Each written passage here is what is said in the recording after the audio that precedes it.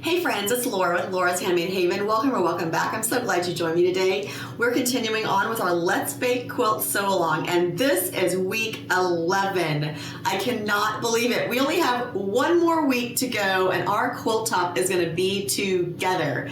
I seriously am so excited about this quilt. It is so cute, so fun. I love all the fabrics. I love all the blocks. I just love all of it. So up until this point, we have all these blocks that you see behind me, and I do have my stitched flower borders completed and together. So all of this is ready, just waiting for those last two blocks to join it. And that's what we're doing today. So we're gonna be making our green apron and our nutmeg apron. Now, of course, you know, I'll probably have a few modifications to share with you, and I'll hopefully have a couple tips or tricks just to help you line up your apron shapes, press your bias tape, all of those good things. So without further ado, we're heading to the sewing machine to get stitching. Then we'll trim and flip out our shapes, press them, lay out our blocks, applique, and have our reveal. So let's get started. Our green apron only has two Sew Simple shapes. We have the main body of the apron, and then we have this cute little overlay. So I'm just going to go ahead and get it sewn together. Now I am using a Juki DX7. I do have the extension table that comes with the Juki DX7. I have my stitch length set at a straight stitch, and I have it set down to 1.8 in length. So a little smaller of a stitch than the default setting of 2.4. I am using a Schmetz Microtech needle. I use Pellon interfacing for my Sew Simple shapes. I'm using 1/4 inch piecing foot. Let's see, what else can I tell you? I have 100% cotton silk finish Mettler thread in my top and bobbin. I think that's all, yeah. I'm sure I'll have more things to tell you in just a few minutes.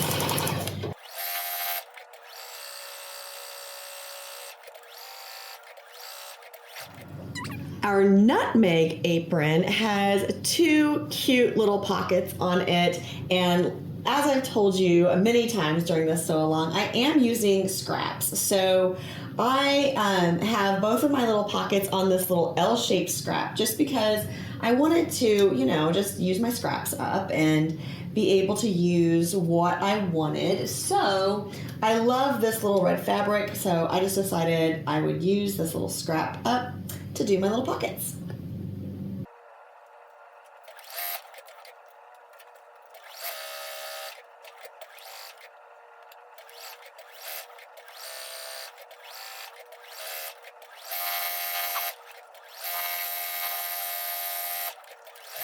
That is all the Sew Simple shapes we have to do this week. Can you believe it?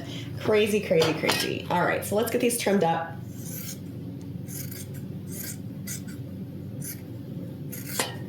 Now I am cutting diagonally across the corners, so that just kind of helps reduce the bulks in the corners of your shapes. That way when you go to turn them out, you just have a better chance of getting a flat corner.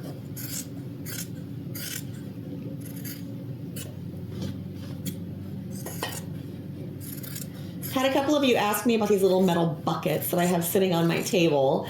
I started that years and years ago with my scrapbooking. It's just a cute little metal pail, and I just use it to cut my little scraps into, really, and little threads and whatever else, my trash. And that way I don't have to have a large trash can sitting next to me, because I can't tell you how many times when I had a large trash can sitting next to me, like I would have pieces fall into it on accident, of course, and I was just like, oh man, I'd be scurrying through trying to find them.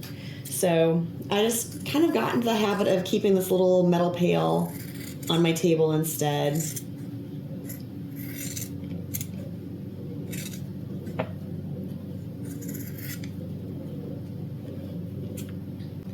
I gotta say, the last 2 weeks of this quilt have felt so easy compared to some of the other ones that we've gone through together. Wow, yeah, much quicker and easier, I feel. I don't know, what do you guys think? I would like to think that I've taken some of the difficulty out of it by removing all of the hand embroidery. I know for me that has definitely sped up the process. If I had to hand embroider 36 of those little flowers, I would be working on that until I don't even know when. Man, I am the worst when it comes to hand embroidery. I always start with the best of intentions, and then I get like one of the blocks done for a quilt or something, and I'm just like, I don't want to do any more of these. In fact, I have a set of blocks in my closet right now that I started, I'm going to say 5 years ago, but it could have been longer, because I thought it would be so cute to do this, and I don't know, I lose interest, especially if they're like the same. So like with all the little stitched flowers in the border of this quilt, I know I would not have stuck with that, and I would not have gotten them done. I'm just turning these shapes out and using my 2-point turner to push out the corners and round the curves.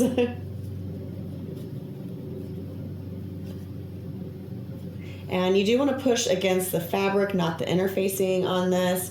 It's just going to give you the best results and lessen the chance of you poking through the interfacing.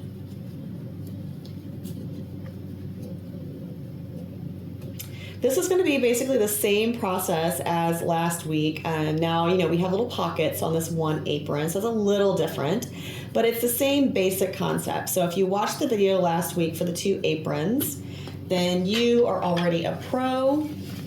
That doesn't mean I want you to stop watching. Please continue watching. You never know, I might throw something fun and crazy in there that you won't know about otherwise. I guess I could give you guys a little spoiler, a little tease. I have a project coming up at the beginning of next year that should be super fun. I've had several of you kind of get after me and say that I should do an original design. So I'll just say that I may have listened.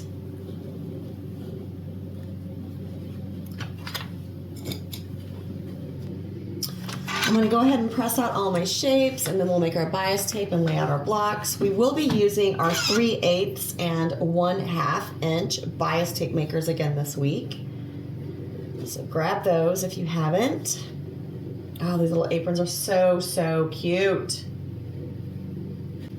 Now the original design, the Nutmeg Apron, I believe, was supposed to have yellow pockets. So I've definitely modified that and made those red, mostly because I had this red fabric that was just screaming to be used, and I love it so much, so just decided to roll with that one.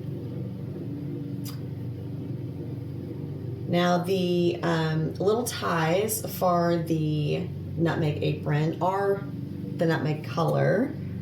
Didn't do red on those.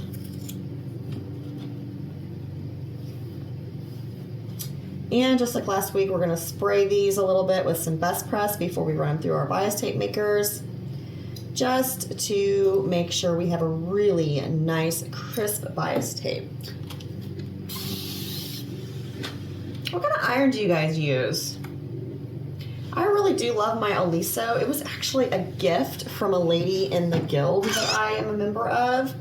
I mentioned that I love the Aliso irons, but they were so expensive, and I was a newer quilter at the time, and she was like, and I'm a newer member of the guild for that matter too, and she's like, I have one that's sitting in my closet on the shelf. It's not doing anybody any good. Do you want it? And I'm like, I mean, how much do you want for it? And she's like, no, I just want to pass it along to someone that's going to use it. So that's how I got my Aliso. I am still very grateful to her for that, because I actually love it. I know that you guys have probably seen me use a couple different irons throughout the videos. I had a little vintage iron I was using for a long time, and it's still in good working order. I don't know. I just kind of got tired of it, I guess. I don't know why. I went back to my Aliso. I do kind of feel like it started having some heating issues, the vintage iron. I think it was either hot or not. A couple of my friends have the little travel alisos, and I've been looking at those too, thinking that might be kind of fun to have. But you know, I only go to like one retreat a year. So for me to spend money on something for like a travel, just for like a retreat, it just doesn't make much sense to me. I used to do all kinds of scrapbooking crops, and I would pack up all kinds of stuff and go for the day. I don't know why. I would rather just craft at home, and if I go to an event like that, I usually try to take something that does not require many supplies, because I just don't want to pack that much anymore. I go to the one annual retreat that our guild puts on every year, and I do have a great time. Last year was particularly fun. My husband started coming down a couple of years ago. You know, we have a date night during the middle of retreat, so that's fun.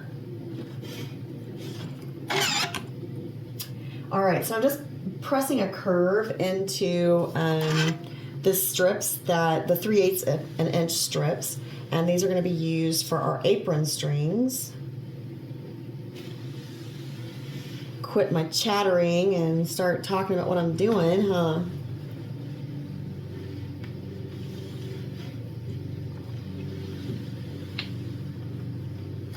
And with bias tape, you know, you can just pull it around and keep that pressure on it and press it into place so you have the nice curves that you need.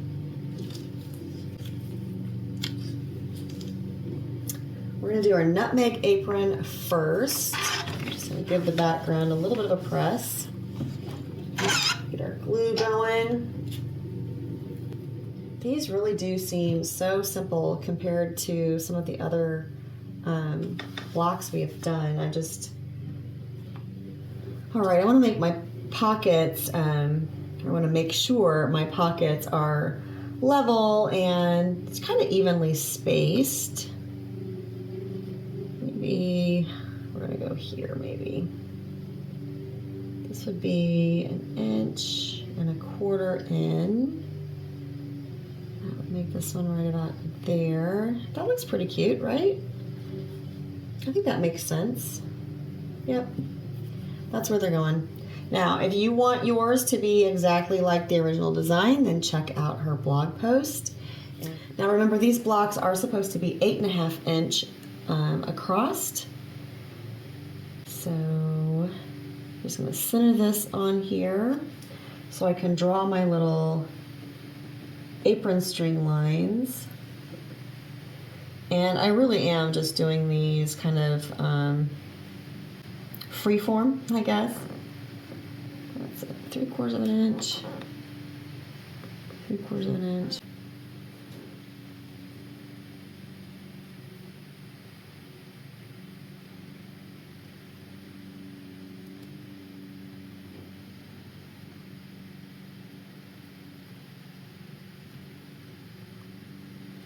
And you're just pressing that down, just like we did last week. There's nothing really new with this process.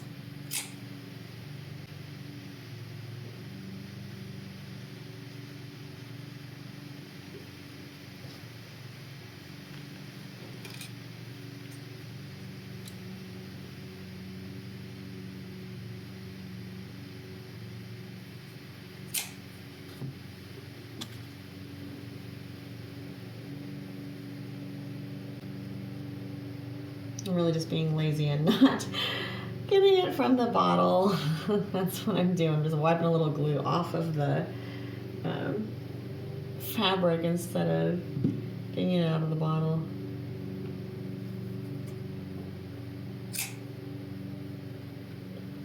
Okay, so there's that. And then last but not least, we'll put this up here. Make our little waistband.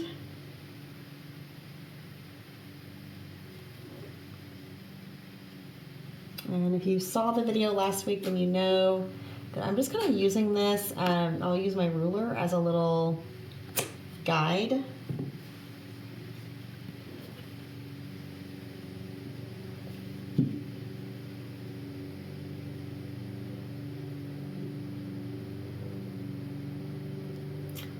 And then I know how long the waistband's going to be for the top of the apron.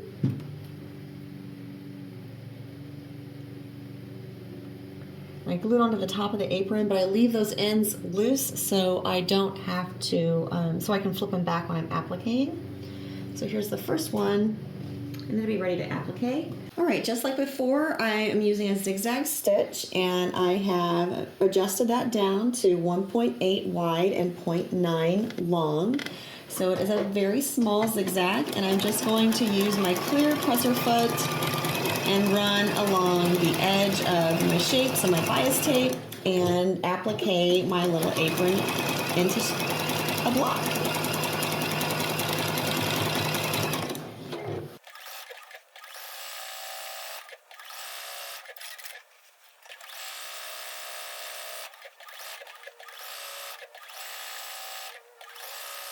I'm going to start with the larger green apron and applique it down.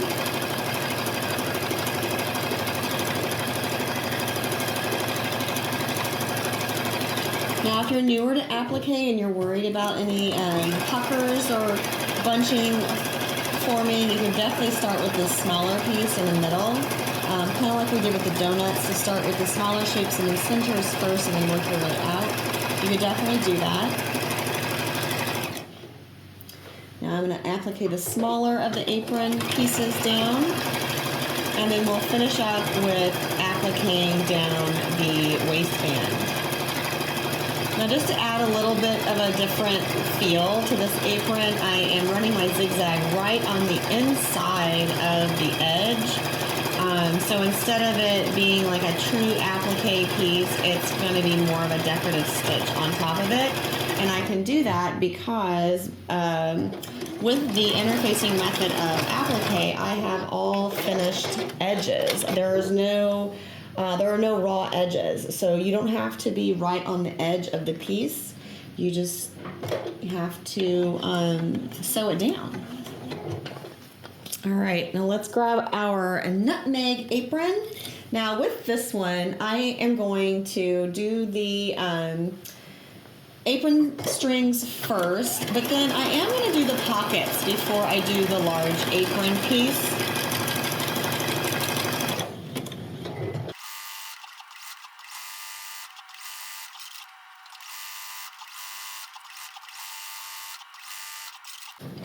Now since this is on a top layer, I am going to start with a stay stitch.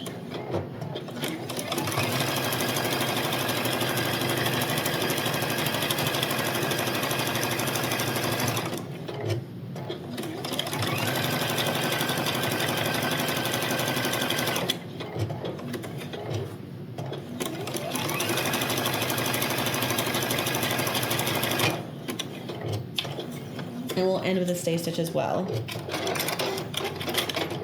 Same thing for the other pocket.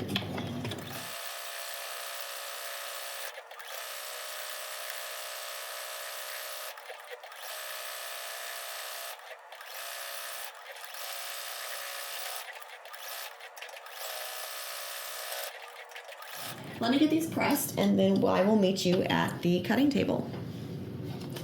Okay, just like last week, these are 6.5 by 8.5, and I'm going to begin cutting them by lining it up on either side and the bottom.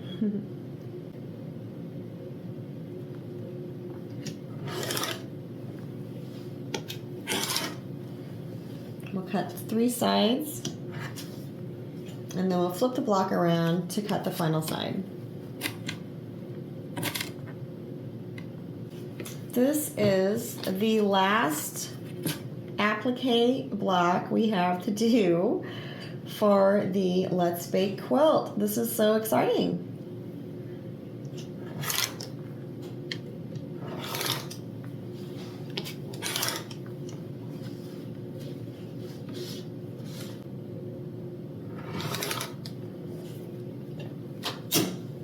All right, let's put them with the other 2 and we'll see what we have.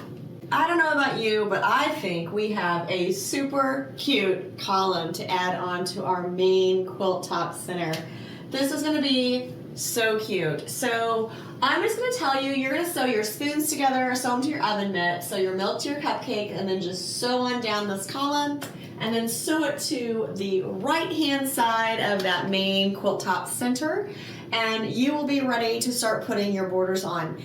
That's where you're at. That's how close you are to the finish line. That's how close I am to the finish line. We're so, so close.